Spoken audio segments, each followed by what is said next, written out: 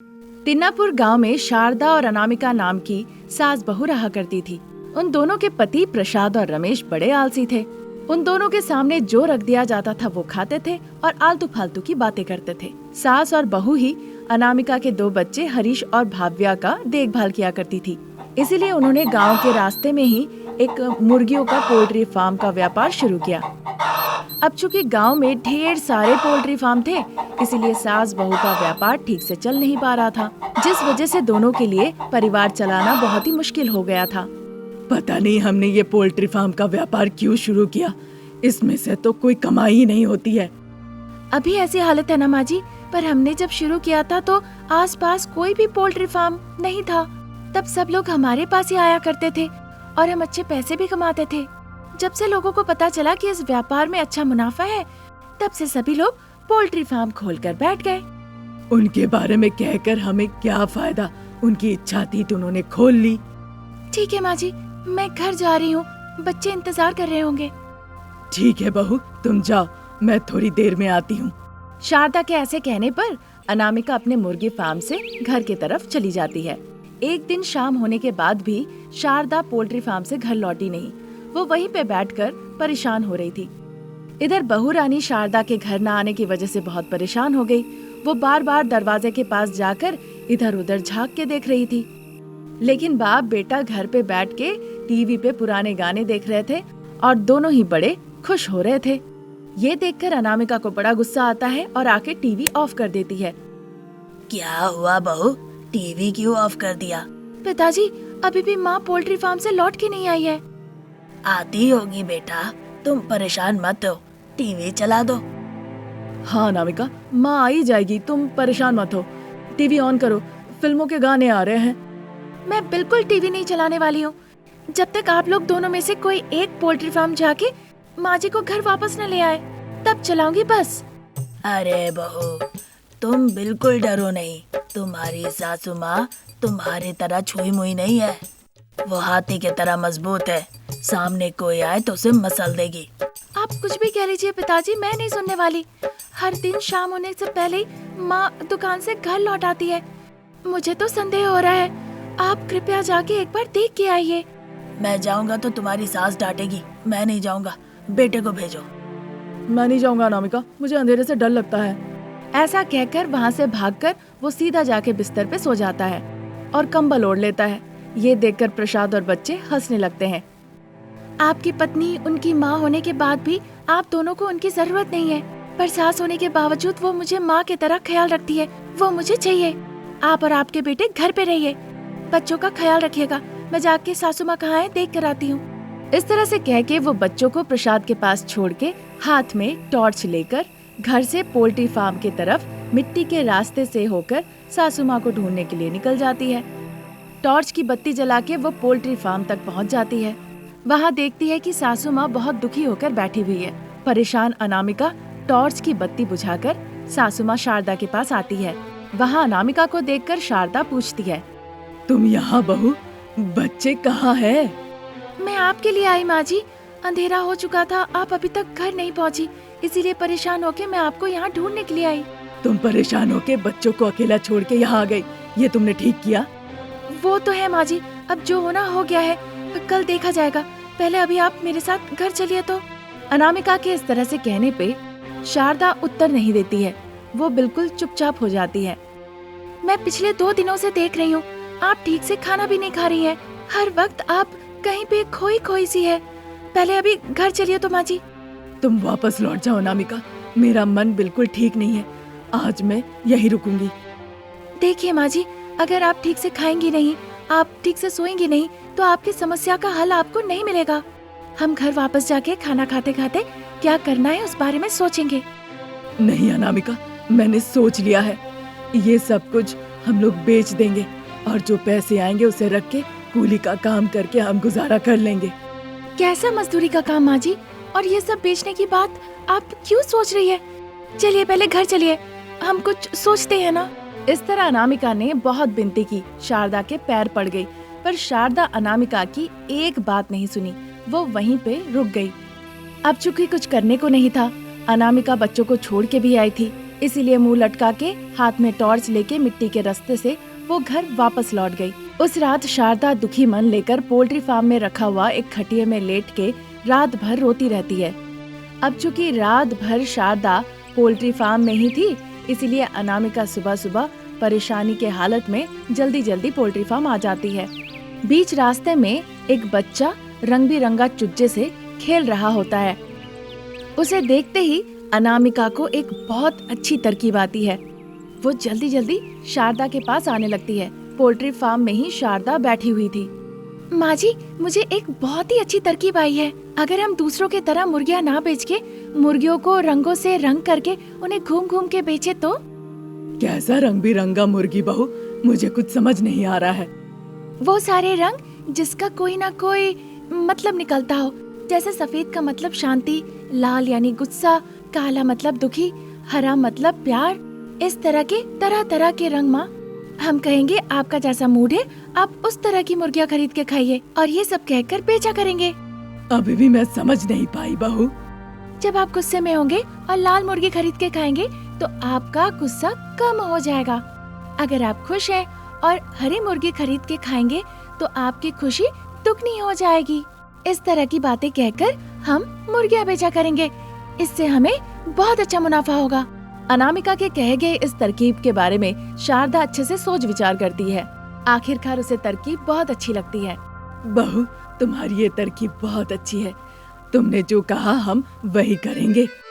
उसी दिन उन्होंने सारी मुर्गियों को अलग अलग रंगों में रंग दिया।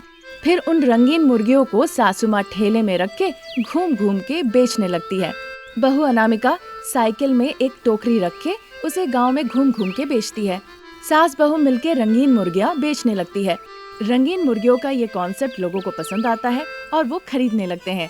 इस तरह सास बहू की रंगीन मुर्गियाँ हिट हो जाती है और सारी मुर्गियाँ बिक जाती है और उससे सास बहू खुशी खुशी जीवन बिताने लगती है। खेत में जाने के लिए प्रसाद बाहर निकल आए। शारदा बाहर बैठ के सब्जियाँ काट रही थी। उसे देखकर वो कहने लगे, क्या शारदा, तुम्हारा लाडला बेटा कहाँ है? जब से मैं उठा हूँ दिख ही नहीं रहा है। उसकी बातें सुनकर शारदा भी मजाक में कहती है, अभी भी वो माँ का लाडला बेटा है क्या जो देख पाओगे? ना ही बाप का सुनता है। अब वो बस अपनी बीवी के पीछे पीछे घूमता है और वो जो कहती है उसका पालतू बन के सुनता है। शुरुआत में सारे पति ऐसे ही करते हैं ना शारदा। सास बन गई तो तुम भूल गई क्या? तो अब क्या कहना चाहते हैं? तुमने जो शादी के बाद की वही तुम्हारे बेटे की पत्नी कर रही है। कल पोते की पत्नी भी वही करेगी। कौन हमारी बात सुनेगा बोलो? अब ये सब छोड़िए। जब भी आपको मौका मिलता है ना, आप तो बस मेरे ही पीछे पड़ जाते हैं। वैसे तो मैं तुमसे लड़ नहीं सकता शारदा, इसीलिए बातों से ही काम चला रहा हूँ। आप मुझसे बाद में भी लड़ाई कर सकते हैं। चलिए दिखाती हूँ आपका बेटा क्या कर रहा है। ऐसा कहकर जो सब्जियां काट रही थी उसे बगल में रख के वो उठ के प्रसाद को अपने साथ बगीचे में ले जाती है। वहाँ घर से सटा हुआ बगीचे में एक लोहे के चेयर पे रमेश बैठा हुआ था और अपने हाथों में घास लेकर वो गधे को खिला रहा था। खाओ गधे खाओ, अगर तुम ठीक से नहीं खाओगे तो तुम्हारी बहन अनामिका मुझे खाना नहीं देगी, मुझे सोने भी नहीं देगी। तुम अपना पेट भर के खाना खाओ, जैसे तुम्हारी बहन ने कहा है वही करो। ऐसा कहकर वो गधे को घास खिला रहा था। ये देखकर प्रसाद चुपचाप मुस्कुराने लगते हैं। शारदा देख के गुस्से से तिलमिला जाती है। देख लिया ना, बहू बेटे से क्या काम करवा रही है। बहू बेटे से गधे का काम करवा रही है और तुम मुझसे। बहुत हो गया। बहू तो दिनचर्या का सामान बेचकर पैसे कमा रही है। मुझे तो लगता है वो बहुत ही बुद्धिमती है, पर मुझे नहीं पता था कि मेरे बेटे से वो गधों वाला काम करवाएगी। इस तरह वो मनी मन गालियाँ देती है और वहाँ से चली जाती है। प्रसाद भी अपने खेत के काम के लिए निकल जाते हैं। तब तक अनामिका भी सामान लेकर बाहर निकल आती है और जोर जोर से कहने लगती है, अरे भाई साहब, घर के सामने आ जाइए, मैं राशन का सारा सामान लेकर आई हूँ। इस तरह से कहने पे अनामिका गधे को लेकर अनामिका के पास आता है। फिर अनामिका सारा सामान गधे पे लाद देती है। ए जी, मैं ये सब सामान बेच कर आती हूँ, आप खेत की तरफ जाइए। तुम जैसे कहोगी मैं वैसे ही करूँगा अनामिका। रमेश के ऐसे कहने पे अनामिका मुस्कुराती है और गधे को लेकर वहाँ से चली जाती है। फिर गधे को लेकर वो पूरा गांव घूमती है और अपने सारे सामान के बारे में लोगों को बताती है। जिसे जो चाहिए था वो अनामिका उन्हें देती है और पैसों के बदले वो खरीद लेते हैं। जो पैसे वो कमाती है उसी से अनामिका पूरा परिवार चलाती है। इसी तरह दिन निकल रहे थे। हर दिन और पूरा दिन भर वो गधा सामान लेकर ढोता था, इसीलिए वो काफी थक चुका था। एक दिन दोपहर का वक्त, उस दिन गर्मी भी बहुत तेज थी। गधा काफी थक चुका था, उसके पैरों में बहुत दर्द हो रहे थे। दर्द से पीठ टूट रहा था। वो बहुत प्यासा था। पानी पीने के लिए वो भागते हुए पास के तालाब में जाता है। गधे के पीछे पीछे अनामिका भी भागती है और तालाब को देखकर कहती है, मेरा गधा बेचारा, तुम कितने प्यासे हो। कब से तुम चिल्लाए जा रहे थे पर मैं समझ ही नहीं पा रही थी। जाओ तुम पेट भर के पानी पियो। अनामिका की ये बात सुनकर गधा मनी मन कहने लगा, तुम क्या मुझे समझोगी? घर जाते ही तो तुम मुझे पति के पास भेज देती हो और सुबह होते ही मेरे पीठ में सामान लाद देती हो। तुम क्या समझोगी? मुझसे बातें करोगी तब तो समझ आएगा। ऐसा सोचकर गधा जितना झुक सकता था उतना झुककर वो पानी पीने लगता है। इस बीच वो अपना संतुलन खो बैठता है और सामान लेके पानी में गिर जाता है। पानी में गिरते ही वो गधा सामान लेके पानी में तैरने लगता है। उसका पीठ का थैला हल्का लगने लगता है। जल्दी से पानी से उठ के वो किनारे में जाता है ताकि सारा पानी झड़ जाए, पर वजन ही नहीं था। उसका पीठ बड़ा ही हल्का लग रहा था। ये जादू कैसे हो गया? वो सोचने लगा, पर गधे को ये नहीं पता था कि राशन का सामान, साबुन, सर्फ, नमक सिर्फ पिघल ही नहीं गए हैं, बल्कि दाल तेल के पैकेट सारे नदी में बह गए हैं। गधे को समझ ही नहीं आया। उसे तो ये लग रहा था कि इतने वजनदार सामान होने के बाद भी वो पानी के ऊपर कूद सकता है, तो जरूर इस तालाब के पानी में कुछ जादुई शक्ति है। इसी तरह दिन निकल रहे थे। तभी एक दिन, राशन का सामान बेच के मुझे कुछ खास मुनाफा नहीं हो पा रहा है, अब से कपड़े भी बेचने होंगे। ऐसा सोचकर अनामिका कपड़ों का बोझा उठा के गधे के पीठ पे रख के गांव के तरफ जाने लगती है। फिर पूरा गांव घूम घूम के कपड़े बेचने लगती है। घूमते घूमते गधे का पीठ फिर से दर्द होने लगता है। उसके पैर थक जाते हैं। तब गधा मनी मन सोचने लगता है, उस तालाब में पानी पीने से वजन कम हो जाएगा। ऐसा सोचकर गधा तालाब के पास जाता है और तालाब को देखने लगता है। लगता है भूखा है, इसीलिए आके यहाँ पे रुक गया, पर कुछ दिन पहले पानी पीने जाके सारा सामान बर्बाद कर दिया था। अब पता नहीं ये क्या करेगा। वहाँ जाके कपड़ों की मोटरी गधे के पीठ के नीचे उतार के वो बड़े ही सावधानी से रखती है ताकि उसमें पानी ना लगे, और गधे को एक रस्सी से बांध के उसे पानी पीने के लिए छोड़ देती है। गधा जैसे ही पानी पी लेता है, अनामिका कपड़ों का बोझा उसके पीठ पे रख देती है। गधा वो बोझ पीठ से फेंकने लगता है।